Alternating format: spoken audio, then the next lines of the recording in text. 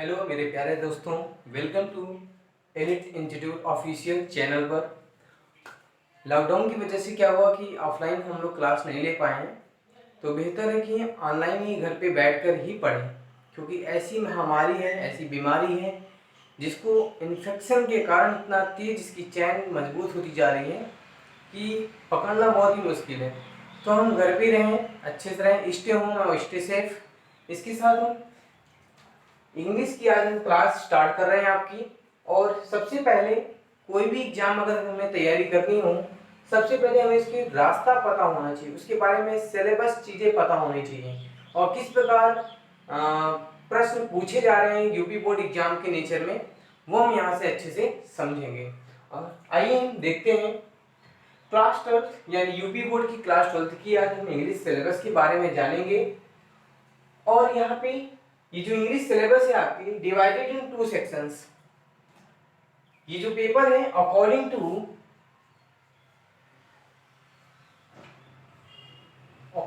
To UP board examination,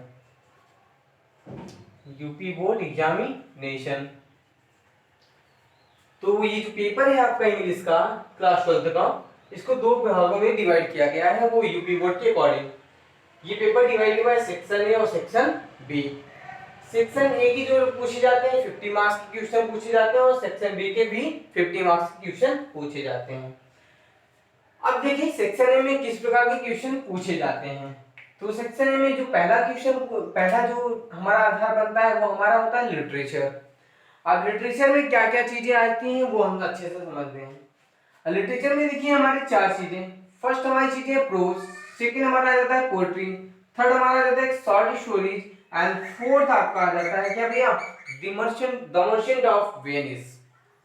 अब देखिए इसमें क्वेश्चन कैसे पूछे जाते हैं।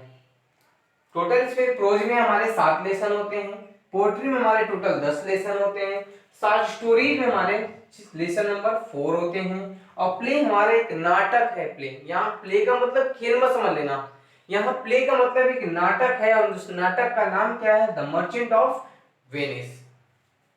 तो सबसे पहले हम स्टार्ट करते हैं प्रोज से। और प्रोज में क्या क्या चीजें पूछी जाती हैं आइए ध्यान से हम पढ़ते हैं और समझते हैं। सबसे पहले जो आपके 8 मार्क्स से जो क्वेश्चन पूछे जाते हैं वो कहां से पूछे जाते हैं, RCE मतलब R for reference, C for context, I for explanation. ठीक, जिन्हें हम कहते हैं क्या, जिन्हें हम कहते हैं संदर्भ, प्रसंग और क्या कहते हैं भैया, व्याख्या। ये 3 चीजें हमें सबसे पहले हमें यही पूछा जाता है प्रश्न में प्रोज के।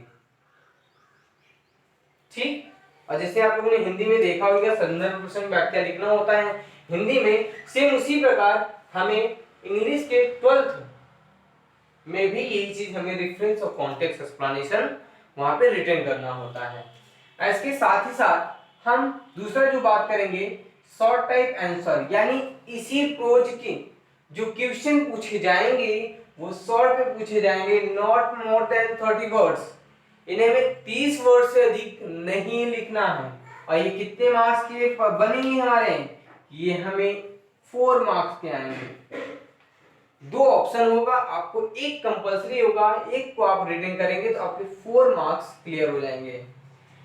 इसी में इसी प्रोज से रिलेटेड जैसे हम प्रोज पढ़ते हैं, जो स्टोरीज पढ़ते हैं हम सातों लेसन की, जब स्टोरीज पढ़ते हैं तो स्टोरीज से रिलेटेड यहाँ फिल इन द ब्लैंक्स आते हैं। हमें किसकी जरूरत पड़ती है, वोकैब की जरूरत पड़ती है। और वोकैब के सहारे से हम जब फिल इन द ब्लैंक्स भरते हैं उस पैराग्राफ से, तो हमारे क्वेश्चन आंसर हमारे कितने नंबर का बन जाता है, 4 मार्क्स का क्वेश्चन बन जाता है। दूसरे, ये चीज समझ में आया, ओके। लेसन नंबर हम बात करते हैं पोएट्री की।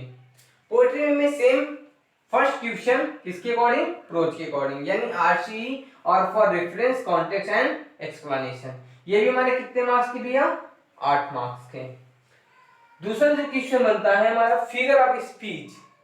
क्या होता है फिगर ऑफ स्पीच, हम बताएंगे और अच्छे से पढ़ाएंगे आपको क्या होते हैं फिगर ऑफ स्पीच, अलंकार जिन्हें हम बोलते हैं। और क्या होता है ये काव्य की शोभा बढ़ाने के लिए अलंकार का यूज किया जाता है, हम बताएंगे।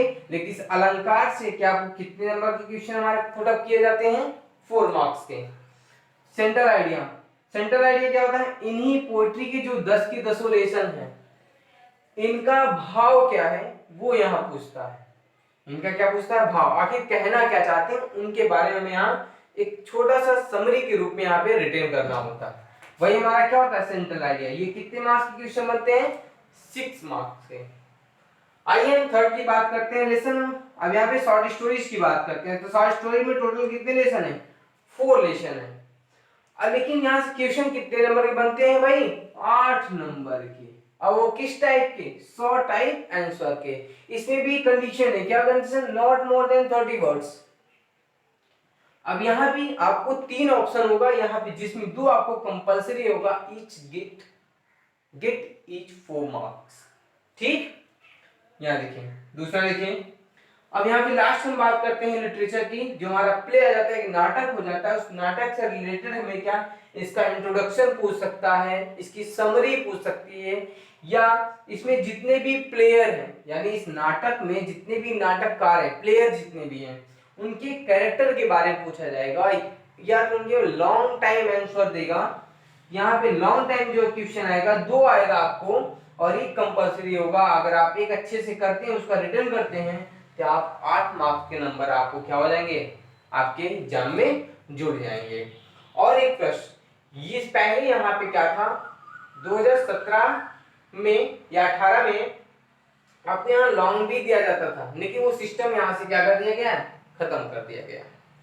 आइए हम दूसरी बात करते हैं सेक्शन बी की। सेक्शन बी में क्या क्या चीजें पूछी जाती है? तो सेक्शन बी में भी 50 मार्क्स की क्वेश्चन पूछे जाते हैं। उसमें भी क्या होता है? ग्रामर होता है। अब ग्रामर में क्या पूछा जाएगा? Direct and indirect, synthesis. ठीक भैया। उसके बाद यहाँ पूछे जाएंगे क्या हमारे? Transformation of sentences. क्या क्या होते हैं ट्रांसफॉर्मेशन सेंटेंस? यानी active to passive voice, assertive to negative, exclamatory to assertive, assertive to interrogative. अब देखिए और क्या पूछे जाएंगे भाई? Simple, complex and compound sentences. ठीक, ये सब चीजें पूछे जाएंगे। सिंटेक्स में क्या पूछे जाएगा? आइए भाई सिंटेक्स की बात कर लेते हैं। सिंटेक्स में बोलेगा use of verb forms and articles. इसी में आपके पूछ लिए जाते हैं सब्जेक्ट वर्ब एग्रीमेंट। इसी से आपके रिलेटेड पूछ जाते हैं कुछ ना पार्ट ऑफ स्पीच से भी। Translation Hindi to English, Hindi to English, Hindi to English. और पहले जो पूछा जाता था ये भी पूछा जाता था, एक और पूछा जाता था इंग्लिश टू हिंदी, क्या वो पूछा नहीं जाता है। और हम बात करें कंपोजिशन, तो कंपोजिशन क्या होता है? एसे राइटिंग, जो हमें ऐसे लिखना होता है पेपर में। अनसीन पैसेज, यानी जिस प्रकार हम हाई स्कूल के लास्ट पेपर में अनसीन पैसेज यानी पैराग्राफ दिया होता है, उसमें कुछ क्वेश्चन पुट अप किए जाते हैं, उसी क्वेश्चन को हमें उन पैराग्राफ से ही क्या करना पड़ता है? छांट के हम उस आंसर को क्या करते, क्वेश्चन को क्या करते हैं? रिटेन करते हैं। और लास्ट की हम बात करेंगे वोकैब की बात करेंगे। That's the most important. Vocab हमें बहुत जरूरी है, अगर क्योंकि इसलिए जरूरी है, किसी भी इंग्लिश को हमें जब लिखना होता है या जरूरत पड़ती है, सबसे पहले हमें किसकी आवश्यकता पड़ती है? वोकैब की आवश्यकता पड़ती है। क्योंकि अगर आपके पास इंग्लिश के शब्द नहीं है, अर्थात वर्ड मीनिंग आपको याद नहीं है, तो आप रिटर्न करने में हो सकता हो समस्या हो। लेकिन कोई बात नहीं, आप धीरे धीरे पढ़ेंगे, धीरे धीरे पढ़ेंगे तो आपको चीजें बहुत अच्छे से समझ में आएंगे, आप धीरे धीरे अच्छे से याद भी करेंगे। तो वोकैबुलरी में क्या चीज पूछी जाती है? 5 चीजें पूछी जाती हैं।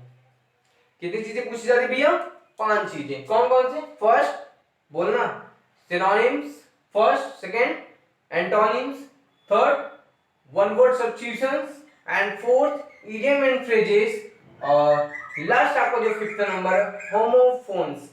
हम इसको बहुत अच्छे से आपको बताएंगे, इनके बारे में अच्छे से जानकारी रखिए। तो आज मेरा सिर्फ क्लास था introductory of English syllabus for class 12 UP board. इसको अच्छे से आप पढ़िएगा, समझिएगा कौन सा क्वेश्चन कैसे पूछा जा रहा है। कल एक बार हम फिर हाजिर होंगे और आपको एक प्रोज का ट्रिक देंगे जो सातों लेसन का है, वह मैं आपको नेक्स्ट वीडियो में अप्लाई करूंगा। कैसे उन सातों प्रोज के नाम और यानी सातों लेसन के नाम और राइटर नेम विथ आप याद कर सकते हो विद इन 1 मिनट।